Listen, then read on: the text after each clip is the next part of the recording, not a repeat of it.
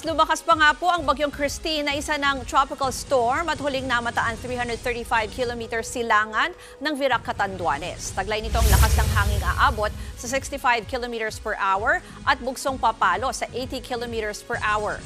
Ayon sa Pag-asa, posible pa itong lumakas sa typhoon category habang papalapit sa kalupaan pagsapit ng Huwebes.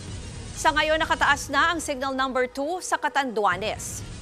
Signal number 1 naman sa Ilocos Region, Cordillera Administrative Region at Cagayan Valley. Signal number 1 din sa Central Luzon, Southern Luzon, Bicol Region at dito sa Metro Manila. Nakataas din ang signal number 1 sa Samar, Leyte at Biliran.